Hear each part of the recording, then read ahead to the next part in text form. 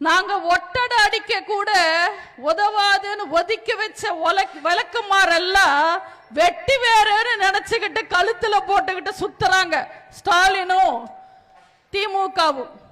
இதுல சேகர் பாபு சொல்றாரு, எதிரியோட பொருள் எடுத்து எதிரிய போடணும்னு. ஐயா திமுக பூச்சாண்டிங்களா, நீங்க தூக்கிட்டு போயிருக்கிறதெல்லாம் அதிமுகவோட வெப்பன்ஸ் இல்ல, நாங்க ஒளிச்சு கட்டின பஃபூன்ஸ். ஆதாயத்துக்காகவும் அரசியல் லாபத்துக்காகவும் சம்பாதிச்ச சொத்தை பாதுகாக்கிறதுக்காகவும் இப்படி அசிங்கமான செயல் செய்யறாரு ஓபிஎஸ். இப்படி கேவலமான ஒரு செயல் செஞ்சிட்டு எதிரி திமுக கூட கைய கோர்த்து அவர் செஞ்ச அசிங்கத்தை மறைக்கிறதுக்கு 1000 காரணம் சொல்றாரு. அதுல ஒண்ணு எடப்பாடி எதிர்ப்பு. என்ன கட்சி பொறுக்க நடிச்சிருச்சுன்னு சொல்றார். 4 வருஷமா நான் தனியா இருந்தேன். 4 வருஷமா தானே தனியா இருந்தீங்க. 40 வருஷம் அதிமுகவோட சொத்தை தானே சுரண்டி தின்னீங்க. அதெல்லாம் உங்க உடம்புல ஒட்டலையா? ஒருவேளை சோறு போட்டாலே உசுர கொடுக்கிறவன் மதுரைக்கார, அந்த ஊரோட பேரையே கெடுத்துட்டாரு.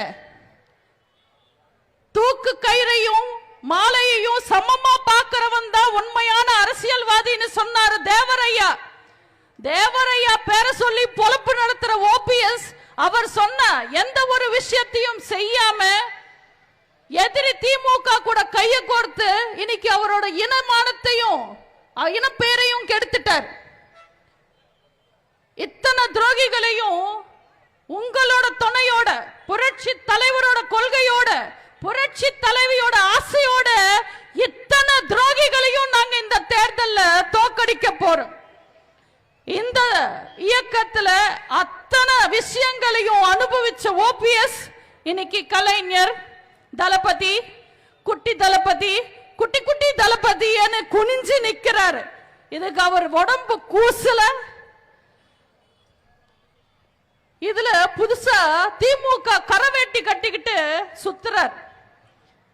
பெருமையா அவரோட கார்ல இருந்த அம்மாவோட போட்டோ கழட்டிட்டு ஸ்டாலின் போட்டோ வைக்கிறாரு. கேட்ல இருந்து ரெட்டை சின்னத்தை உடைச்சு எடுத்துடுறாங்க. கார்ல யார் போட்டோ வேணும்னாலும் வைக்கலாம், ரெட்டை சின்னத்தை உடைக்கலாம். ஆனா நீ உட்கார்ந்துகிட்டு இருக்கிற காரு, அந்த கேட் இருக்கிற வீடு, நீ போட்டுக்கிட்டு இருக்கிற டிரஸ், நீ சாப்பிடுற சோறு இந்த அதிமுக போட்டது.